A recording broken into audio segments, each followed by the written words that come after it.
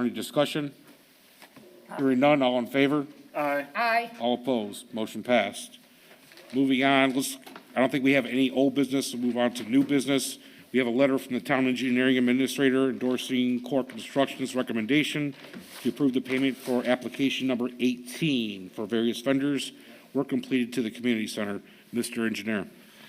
Yes, Mr. Vice President, the town's professional staff, along with myself, we reviewed the March 2021 billing for the Dean and Barbara White Community Center, and we concur with Core Construction's recommendation in approving payment for the application to the vendors listed below on the letter that everybody has, the amount of $472,147.48. Thank you, Mr. King. Do I hear a motion? So moved. I have a motion and a second that has been properly seconded. Do I have any discussion? Hearing none, all in favor? Aye. Aye. All opposed, motion passed. Moving along, we have Building Corporation Redevelopment Commission for requisition number 31 for review and approval. Do I hear a motion? Motion. Second. We have a motion on the floor that has been properly seconded. It is now open for discussion. Hearing none, all in favor? Aye. Aye. All opposed, motion passed. We're moving on to requisition number 32 for review and approval. Do I hear a motion? Motion. Second. We have a motion on the floor that has been properly seconded. It's now open for discussion. Hearing none, all in favor? Aye. All opposed. Motion passed. Moving on to change orders. Change order number 1 will be for the parking lot lighting at the community center. We have a total of $49,164. Mr. King. Yes, so this was voted on at the committee level and brought to the RDC. We are changing the heads on the existing light poles at the community center to brighten up the parking lot. Like I said, this was approved at committee level, and the price it stands $49,164 even. These any problems, Mr. King? Everything was okay? Yeah, we'll get the formal, once we do the RDC, then we'll get the formal change order together. Okay. So, yeah. Moving along, number 2, we have the monitor and data line at the front entrance for $3,922. Yes, this was again voted on at the community center committee level. A monitor was added to the front doorway, which, with the new data line, which will display the programs that are offered in the various flex rooms, gymnasium, and things like that, right when you walk into the main entrance. The total of that change order was $3,922 even. Thank you, sir. The board would like to recognize Mr. White at his seat. Thank you. Moving along to change order number 3, the gym door and concession stand concrete work. Yes, that one, Mr. Vice President, we do not have a price for that as of yet. We thought we would have it by this meeting, and we didn't. Okay. So we'll next committee meeting, we should have that by, be able to vote on it. Do we need to table that one until, We can table that, yes. Mr. Chairman, I make a motion that we table change order number 3, which is for the gym door and concession stand concrete work. And at this time, that's my motion. I have a motion to table change order number 3. Do I hear a second? Second. We have a motion on the floor that's been properly seconded to table change order number 3. Do I hear any discussion? All in favor? Aye. All opposed? Motion is tabled. Number 4, entrance signage. Yes, Mr. Vice President, this was again voted on at the community center committee meeting. Voted to approve new entrance signage. Driving down the Broadway corridor at night, a lot of patrons are missing the driveway entrance. It's something new to them. So we approved, these are 2 illuminated signs that display the town logo, the Dean and Barbara White Community Center background, and the signs that say entrance. There's 2 of those. This is the cost for both of them, $6,086 even. Thank you, sir. Any questions from the board? Hearing none, moving along. Number 5, please, sir. Mr. Chairman, I I'm sorry, go ahead. If I would have caught these other two before we made the motion for number 3, then we had to consolidate 3, 5, and 7. Yeah. One of them have a price on it. Yeah. So I asked that we table 5 and 7 at this time. We have a motion to also table change orders number 5 and 7, along with number 3. Do we have a second? Second. Second. We have a motion that has been properly seconded. We'll just make it an amended motion, 3, 5, and 7 collectively. Yes. All for discussion? Hearing none, all in favor? Aye. Aye. All opposed? Motion is carried. Let's move on to number 6, I believe. Yes. These are for the custom cocktail tables upstairs in the Union Lounge. They are the square tables with the town of Merrillville logo in them. They're made out of the same material as the bar in the Union Lounge, as well as the same that's on the gym floor. I believe we have 8 or 10 of those tables. I'm not sure the total number, but the cost of those was $4,896. And again, this was also voted on at the committee level. Thank you, sir. Since we don't have the formal change orders, do we need any further action, Mr. Svetnoff, or are we good for now? We're good for now. Okay, thank you, sir. Moving along, Liberty Estates presentation, Mr. Reardon.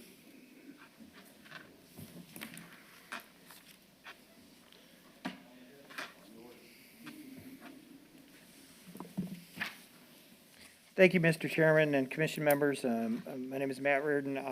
With MCR Partners, we're located at 5920 Holman Avenue in Hammond, Indiana. We were retained to put together the Economic Development Area Plan on behalf of Liberty Estates and the Redevelopment Commission. We spent some time working with town staff, including the Planning Department of Sheila Shine, as well as the town professional staff of Attorney Svetnoff, your financial advisor, Mr. Swinson, Mr. Pittman, your bond attorney who's in the audience tonight, to answer any legal questions you might have about the plan. In brief summary, the purpose for creating an economic development area, an economic development area plan, is because there are parts and areas within a jurisdiction that frankly lack the opportunity for growth because they don't have public improvements. The particular area in question and the boundaries roughly are the corner of Wickham and US 30. And there is, the total plan area is 200 acres, 200.4 to be precise. There are 12 different parcels of property included in this, and those familiar with this area know that it is vacant property to date. There are varying uses adjacent to this that include residential as well as commercial, and right across the street that the commission members will note that it is light industrial. The plan proposes that the town council through its plan commission utilize a PUD suggested and/or utilize the existing zoning where appropriate when the Liberty Estates project is being proposed and brought forward. These would be decisions made by the plan commission and process that is already underway. Essentially what we did was try and ensure that there would be a better opportunity for the town utilizing tax increment financing to facilitate private investment, to create and retain jobs, and to diversify our tax base. What has been proposed by the development group at Liberty Estates includes a mixed-use development that will be both multifamily and single-family, and included in the plan document is a breakout of what is being proposed. For the purposes of the plan area, I want to let the commission know that it's within the guidelines of the statute 36714 and the allowance for the collection of the area relative to the total town's assessed valuation. What does that all that mean? The assessed valuation of all these properties is a little bit over $200,000. So I think you'll note that most people's house is well over 200,000. So you have 200 acres that is not served currently by sewer and water. That would be served if the plan moves forward and the development occurs.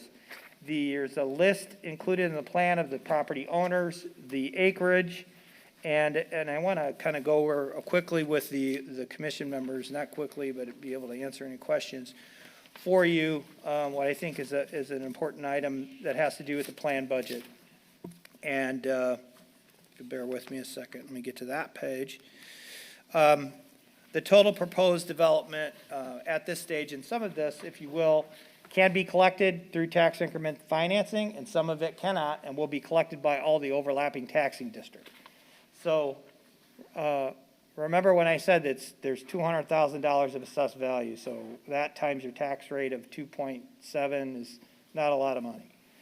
So what's being proposed here is a mixed use that includes a single-family complex of villas, single-family residential, of garden, single-family clusters. The project also includes a multifamily project. And I'm going to defer to Mr. Pittman on the mechanisms of that and how it works in tax increment financing. But to summarize, you can only collect new tax increment on property that isn't single-family residential. So the proposal will, utilizing the TIF statute, allow the town to finance part of the infrastructure into this 200 acres. And then adjacent to that and connecting to it will be these residential pods that are going to grab on. So essentially, you're promoting 3 different residential subdivisions at market rate, utilizing the tax increment financing mechanism and planning for that in this district. The total anticipated public infrastructure improvement for this project is $9.9 million. And when I say public infrastructure, I'm talking about sewer, water, and roadway. As the members know, this particular area is under the Indiana American Water for the water company and Independence Health Conservancy District. So as we continue on, we'll work with those entities to make sure that the infrastructure installed and designed is done to their specification and meets all the design guidelines of the town. The total projected investment of this project over time, and I'm going to focus directly on the commercial development node, which is anticipated to be about $12,500,000. The multifamily development node is $50 million, and the single-family portions add up to $62,280,000. So within the document, I also took the time to review and identify potential tax benefit, tax impact that I've reviewed with Mr. Swintz. I think you'll find that by utilizing tax increment financing for this project, you're putting money in the roadways, you're putting money into infrastructure, you're putting money into public projects that's activating this 200 acres and allowing for this investment to happen, and certainly will create a lot of short-term jobs along the way. With that, I will turn it over to Mr. Pittman to talk about the form and fashion of the document from a legal perspective and any subsequent processes therein that may have to happen with this, and I'm around to answer any questions. Good evening, Tom Pittman from Barnes and Thornburg Law Firm. The process that Matt described is a process that begins with the declaration of the area as an economic development area. That's what's before you this evening, your initial declaration of the particular parcels as an area from which TIF may be collected. As Mr. Reardon explained, the projects that will capture TIF in this instance will be units that have 4 or more occupants. Those are actually classified for state tax purposes as commercial property, and therefore are now and really have always been TIFable, unlike single family, which under very recent law, if a lot of conditions are met, it can be done, and it's something you'll probably be asked to consider at some point. But for this project, it's the commercial classified property that would generate the TIF. From here, it would go to the Plan Commission and then to the Town Council. Then a notice process would occur, and then it would come back to a public hearing before this body for a confirming resolution. And then filings would be made with the auditor and the Department of Local Government Finance to get them to set up their system to capture TIF going forward. So, happy to answer any questions. I have no questions at this time. I think the first step is pretty self-explanatory. And Marge, I know it's your area. Do they have anything to say? Yes, it's on Whitcomb Street. What is the starting price of the home? Somewhere, some type of estimated price on a home. Let others address that. Hi, good evening. My name is Randy Hall. I'm the owner of Luxor Homes and sponsor of the subdivision. Ma'am, if I may ask back, because there are several different products, neighborhoods, if you will, would you like me to try and address each one, or were you talking about at the lowest point? Well, the basic price, what are we speaking of in that area? Well, That's good for the public to know. absolutely. For example, single family, and we're building adjacent there too in Heritage North. So one of the nice things, if we can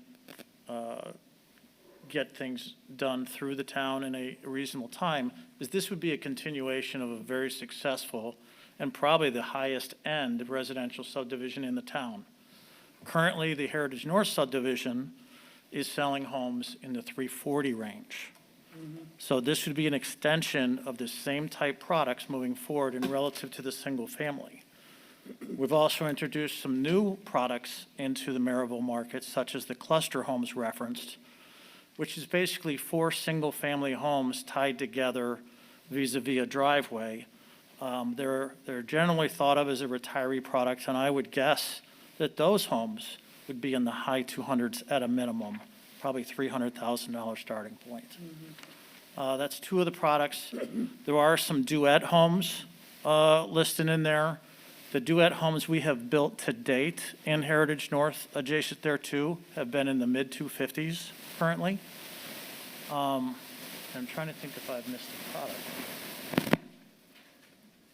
Oh, we also have some single-family detached ranch homes.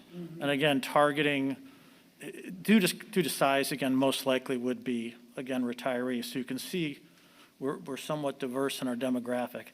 Those, again, I can't imagine starting under 275. Thank you, sir. Very good, thank you. Anything else, Marge?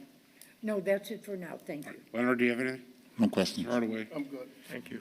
All right, hearing no further discussion, we'll move on to the resolution in reference to this matter. Resolution 21-19, a resolution of the Merrillville Redevelopment Commission declaring an area in Merrillville, Indiana as an economic development area and approving the economic development plan for said area. Do I hear a motion? So moved. Second. I have a motion on the floor for Resolution 21-19 that has been properly seconded. It is now open for discussion. Hearing no discussion, we'll call for the vote. Mr. White, Yes. Mr. Hardaway, Yeah. Ms. Beaslak, Yes, and I am a yes. We have, we have 5 now. Thank you. 4. I meant, 4. I went to Merrillville High School, sometimes it's 4, sometimes it's 5. Uh-oh, watch it. I know. They're good. Moving along, I have one last matter at hand. So move. Motion to adjourn. Second, We are adjourned. Let's Okay. move on to budget and finance. Thank you. Okay. thank you. Tricia?